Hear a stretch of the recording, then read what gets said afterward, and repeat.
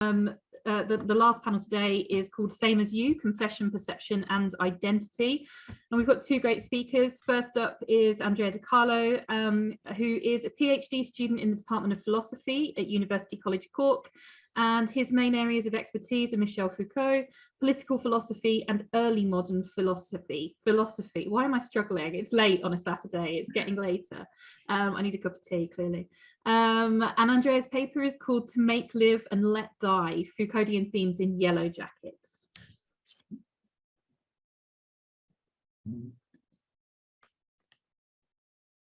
Okay, good. Thank you. Thank you, Laura. I appreciate that. So good evening, everybody. I am Andrea, and in my presentation, I'm going to talk about some Foucauldian themes that can be identified in Yellowjackets, which religion as conflict, and also human relations as conflict. Next slide, please.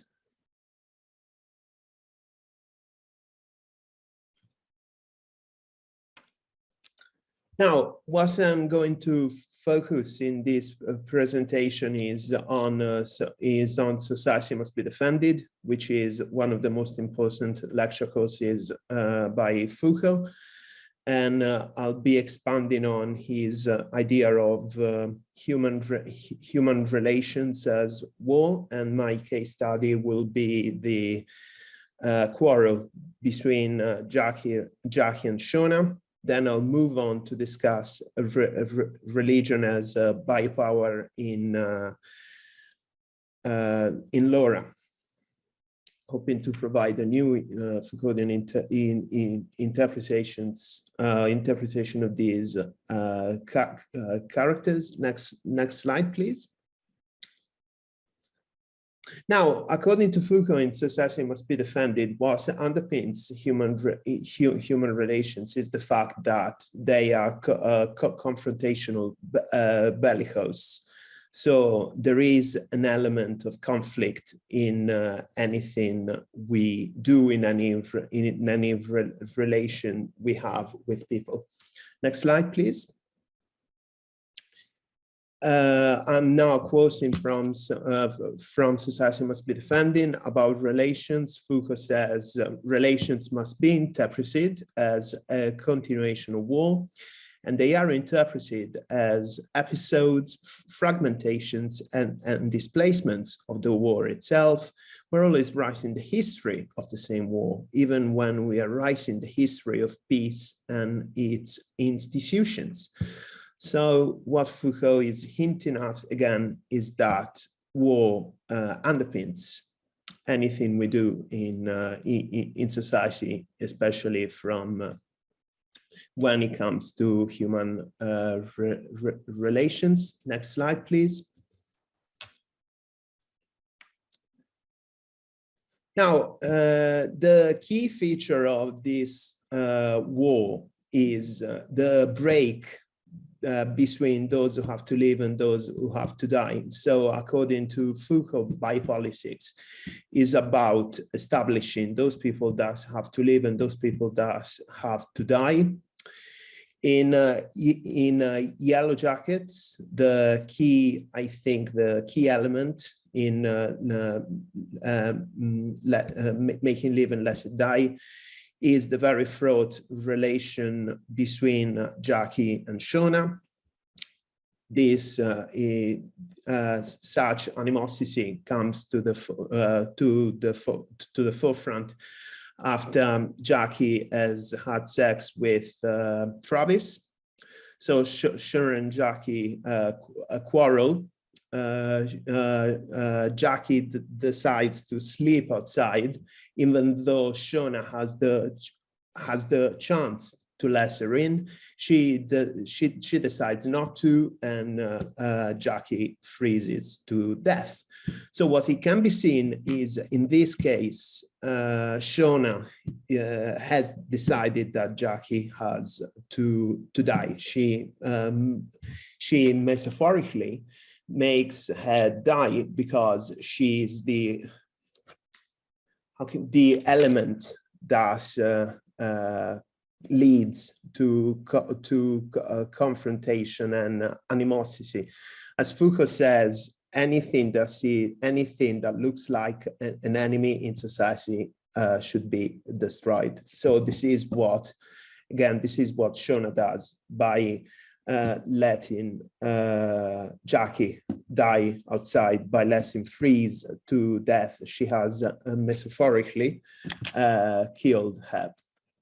Next slide, please.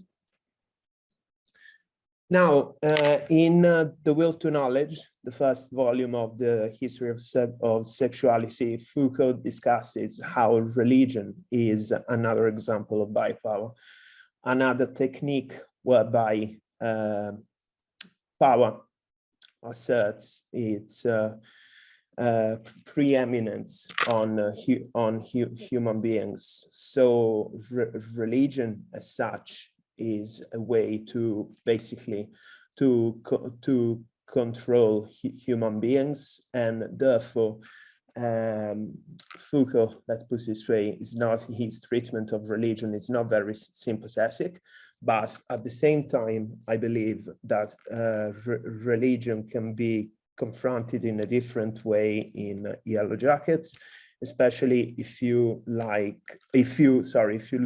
at Laura and the way she deals with her own faith. Next slide, please.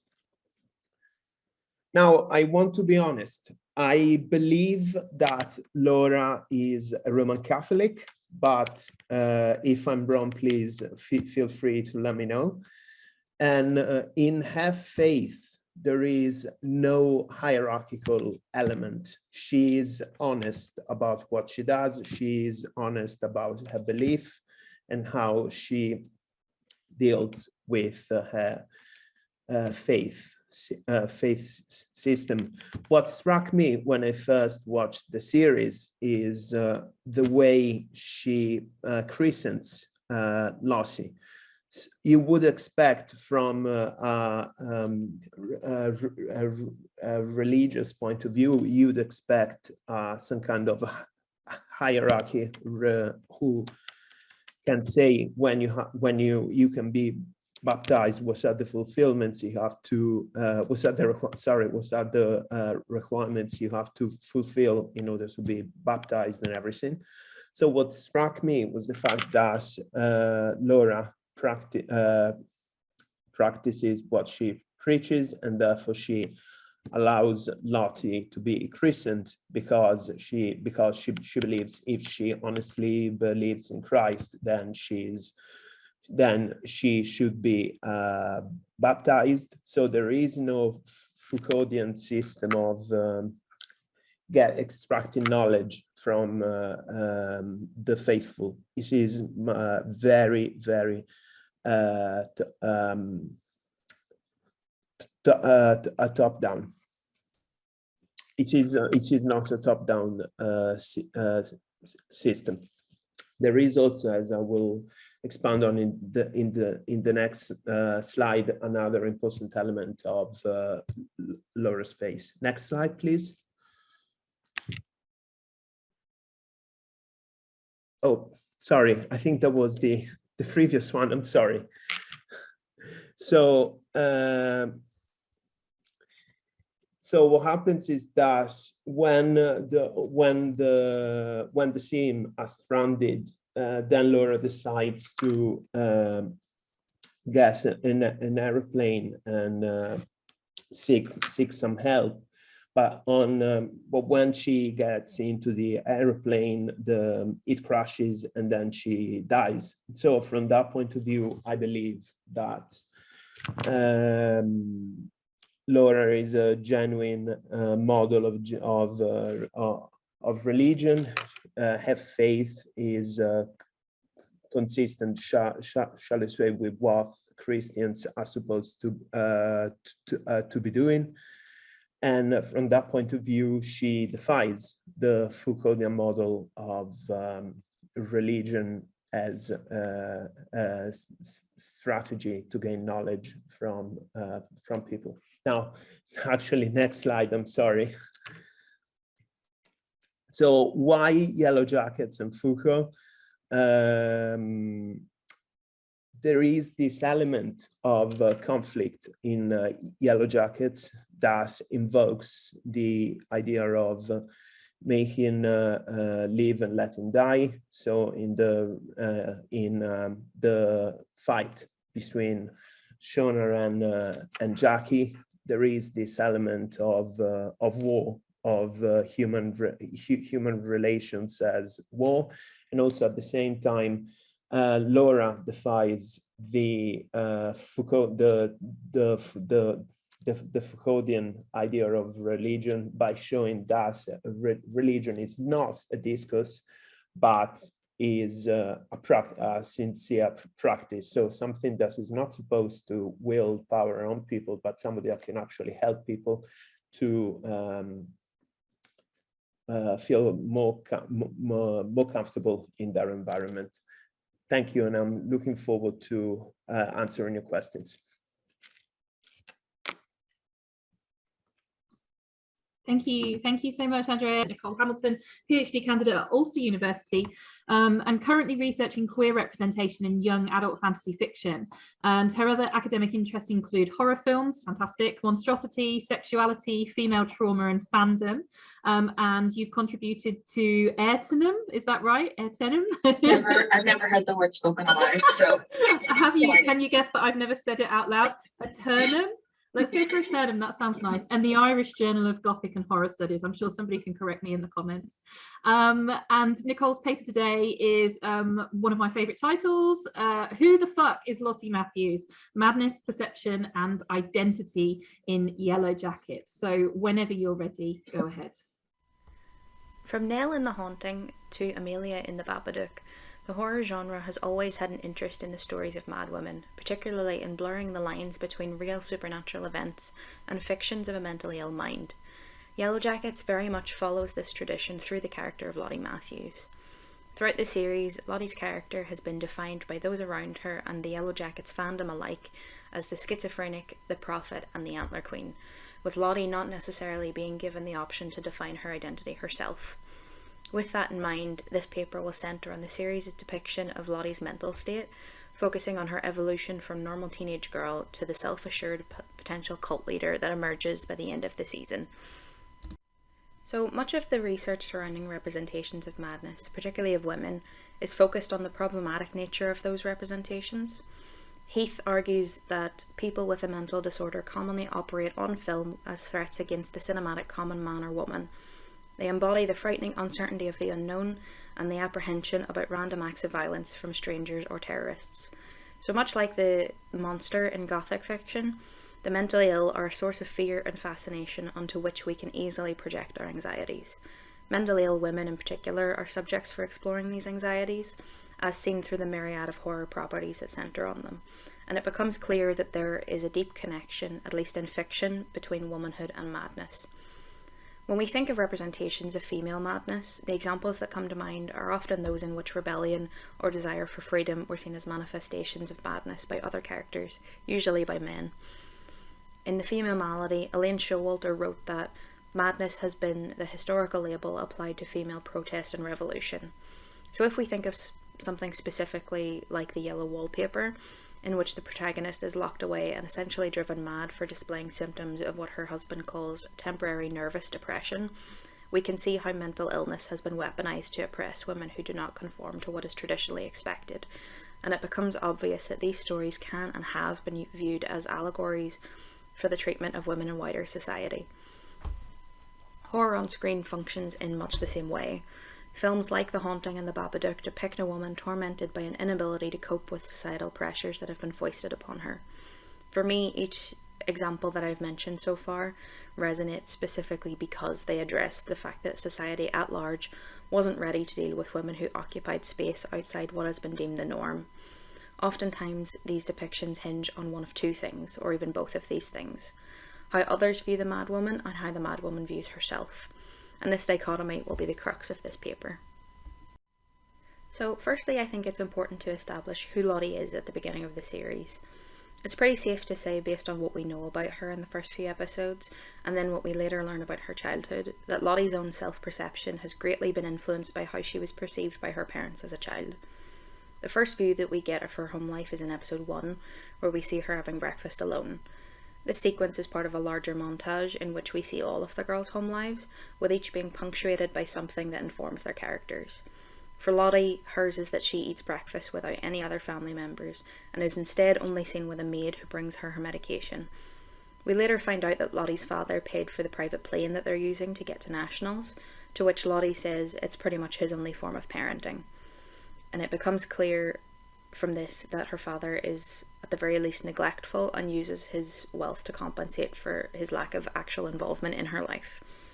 These moments are then further contextualised in episode 6 when we get a better glimpse into her childhood. We later see a younger Lottie screaming uncontrollably, which distracts her parents from driving and stops them from getting involved in a car crash. After this, Lottie hears her parents arguing about her. Her mother tells her father, "Why can't you accept the possibility that there are things in this world we don't understand?" To which he simply replies, "Lottie is sick and we are taking her to see a psychiatrist. That's the end of it." Obviously, her father gets the final say, and as far as I can remember, we never actually see her mother again, nor do we know what's happened to her.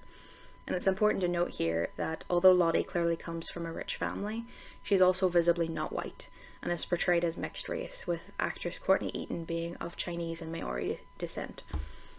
And the actress that portrays her mother is half Singaporean, so crucially it is her white father who dismisses her as being mentally ill. Schneider highlights that fictional mad women often experience feelings of foreignness or displacement that contribute to their madness, and this is something that's reflected in Lottie's family life, particularly after her mother disappears and she's put on medication.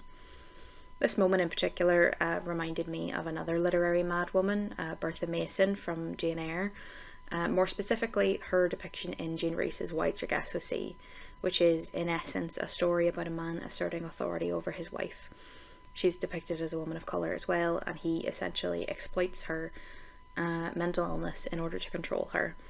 Rochester declares Bertha, or Antoinette as she's known in White Sargasso Sea, as mad, and isolates her from society, mirroring what Mr. Matthews does in a way through putting Lottie on medication and becoming a neglectful parent. And while the act of putting his child on medication is not, of course, problematic in and of itself, the act of leaving her alone to deal with this demonstrates a lack of consideration towards her, and he appears to simply hope that the problem will just go away. All of this then demonstrates how Lottie was never given the chance to truly explore or understand what was happening to her. We can then infer that she was, essentially, taught to fear her ability, which is exemplified in how she behaves during the aftermath of the plane crash, when her focus is on finding her medication.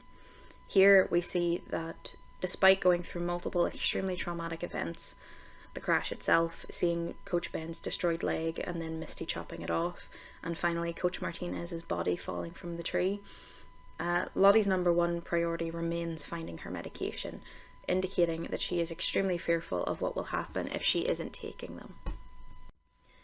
And as the season continues, the dichotomy of is Lottie mentally ill or is she clairvoyant is something that continues throughout, and it very much seems to divide the other Yellowjackets. Van reacts quite similarly to Lottie's mother, immediately jumping to clairvoyance by mentioning that Lottie predicted Homecoming Queen last year and the whole Mr. Jenkins scandal, while Thaisa reacts extremely negatively, saying that if this were a horror movie, she'd be the villain. And this dichotomy represents one of the biggest problems that I think has plagued Lottie with regard to her abilities. When her symptoms show, she is treated more like an object, more so than a person, with everyone immediately assuming that she's either crazy or mystical, and nobody appears to just stop and ask if she's okay or how she's dealing with what's going on. When Lottie asks Thaisa if she was outside last night eating dirt, Thaisa responds with, "I can't do crazy right now, Lot." So immediately Lottie's question is dismissed as crazy and irrational, despite the fact that this time this did actually happen. And in contrast to this, after Van's near-death experience, her reactions almost seem to deify Lottie. She immediately trusts Lottie's judgment completely, and as we see from the last scene of the series, is fully supportive of whatever Lottie's future plans are.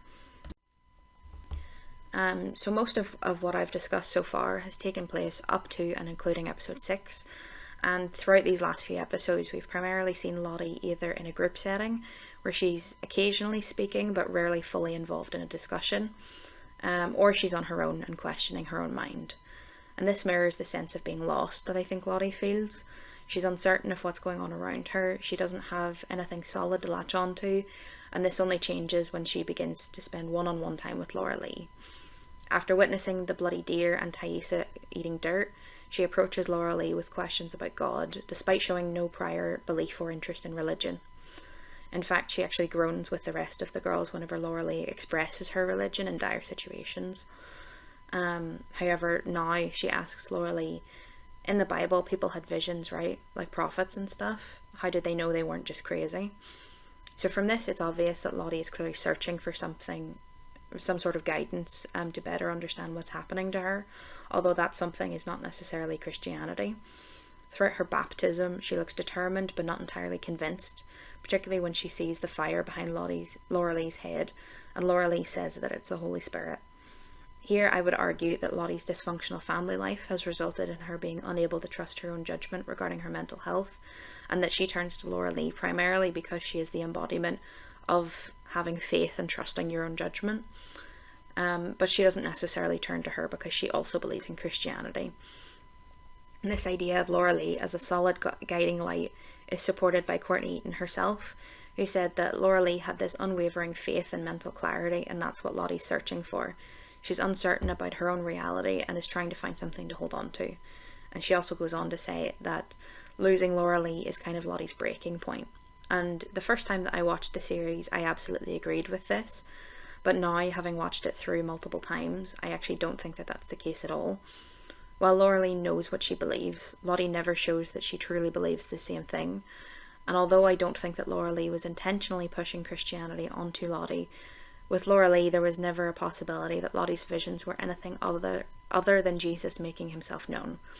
And that in itself was dangerous for Lottie, who at the time was very easily swayed due to the uncertainty that she felt about herself and who she was. Most people seem to agree with the idea that losing Laura Lee was the thing that tipped her over the edge, so to speak. And while I do think that that was a catalyst of sorts, I actually think that it allowed her to break away from her reliance on everyone else's opinions of her. And the crux of my argument here is, rather than following Laura Lee's Christian inclinations, Lottie seems to immediately drift towards a more pagan outlook. And I realise that paganism is an extremely broad term, but generally religions underneath this umbrella operate with a polytheistic outlook and have a reverence for nature. And this is reflected in Lottie's prayer after she kills the bear. She says, "Thank you to the spirit of the bear who sacrificed so that we could survive, we give our thanks. And to the ancient gods of the sky and the dirt, we give our thanks." Here, she doesn't seem to have taken on any of Laura Lee's Christian inclinations, instead forging her own ideas based on experience and intuition, perhaps for the first time in the series. So before I go into Lottie's ascension to possibly being a cult leader, I just wanted to address the potentially problematic elements that can arise when depicting mental health issues in horror.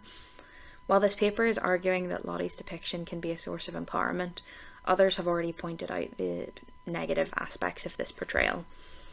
In an article on the misrepresentation of schizophrenia in film and TV, Crayon writes that when schizophrenia is placed in the supernatural or fantasy realms, it diminishes the real-life experience of living with schizophrenia and suggests that it is beyond humanity or our understanding.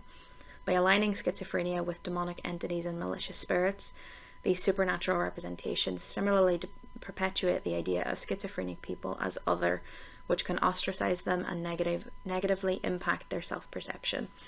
And here I have a photo from the movie Split, which came out in 2016, and this has been widely criticized for its treatment of dissociative identity disorder. So this is a problem that very much permeates much of horror. and it's one that unfortunately Yellowjackets perpetuates to some degree. In positioning Lottie as a villain and having that villainy stem specifically from her mental illness and hallucinations, the series implies that someone with schizophrenia who isn't medicated is a potential danger to society. However, Corinne also concludes that the series is well positioned to turn this representation on its head and provide useful commentary about the way that Lottie was medicalised at a young age for her apparently atypical behaviour. And this is something that the creators of the show seem to be aware of, with Bart Nickerson and Ashley Lyle saying that their intentions are not to demonise it. We're going to sympathise with it and try to unpack it and understand it. So although we do not yet know where season 2 will take us, it's fairly safe to assume that the series is setting Lottie up to be a villain of some sort. And while worry about the depiction of a potentially schizophrenic character being villainised for symptoms of her mental illness is entirely valid, there is, in a way, a catharsis in seeing Lottie take control of who she is. So up until this point, Lottie's struggle has really centred around her lack of understanding regarding her mental health, and the quickness of everyone around her to label her as something she's never really had a say in. But this really changes whenever we get to the Doom-coming episode. When they're all on shrooms, Lottie touches the ground and says, "Do you feel that? Something's coming." She kneels down by the tree stump, listens and says, "We won't be hungry much longer." Although she's high at this point, Lottie appears to have complete confidence in what she's saying here, indicating that something has shifted in how she views herself and her perception of the world. This then continues the next day when they've all sobered up. When the bear appears, she's completely calm, asks Shauna for the knife and kills it, while everyone around her stands behind her, shocked and terrified by the appearance of the bear. There's clearly a huge distinction between Lottie's behaviour here and what we've seen of her previously. Whereas before she was uncertain, frightened of herself and timid, now she's secure enough in her own self to face off against a bear. And when Van later asks Lottie how she knew they wouldn't be hungry much longer, she simply replies, "I just did," further emphasising her growth and the trust that she now has in her own judgment. Nickerson and Lyle have emphasised the potentially positive impact of the crash on the lives of the Yellowjackets, saying that they suddenly wind up, ironically, more alive than they've ever felt in their entire lives, because there's a rhapsodic freedom when they're stranded. So if we think of Lottie's story from this perspective, the idea of her arc being a positive portrayal isn't too drastic. As has been explored throughout this paper, Lottie's identity was controlled by everyone around her until she was forcibly removed from the normative world, and even then that identity is guided by the baggage she brings with her, and then is recalibrated to a certain degree thanks to Laura Lee and Van's belief in her abilities. However, I would suggest that her true ascension, as it were, occurs after Jackie's death. Nickerson and Lyle have stated that Jackie very much represents someone who has been very shaped by society and culture, suggesting that her death then symbolises the group's loss of conventional society. During the Doomcoming episode, Lottie tells Jackie, "Don't you understand? You don't matter anymore." And this moment foreshadows Jackie's imminent death, meaning that her influence no longer matters in the group as she won't be around much longer. Here, Lottie quite literally tells Jackie, the representation of civilised society, that she is irrelevant. With the group's anchor to their previous lives then gone, Lottie is able to fully let go of her past perception of her own mental health, and for the first time in her life has true autonomy over who she is. When writing about the character of Ophelia in Hamlet, Tecker says that through madness, Ophelia is able to strip off her object position, communicate her anger, frustration, and everything she is forced to deny, and become a subject. And I think the same can be said for Lottie. Throughout the season, we watch as she is uncertain of her own identity, is fearful and distrustful of what she sees, and is labelled as crazy or a prophet. By the end of the series, however, Lottie has gained confidence and is assured in her own clarity, fully trusting her own judgment. With this in mind, her growth towards self-actualization can be read as a rejection of patriarchal and normative society, and is thus a source of empowerment for her, as she no longer needs to rely on anyone else's perception of her for validation. Although she appears to be a villain by the end of the season, her arc is one that warrants celebration as well as trepidation. For now, we don't know where her story will go, but for the first time, it's a story that she has autonomy over. And while I'm not necessarily advocating for cannibalism or human sacrifice, maybe we should all take some of Lottie's advice and let the darkness set us free. Thank you.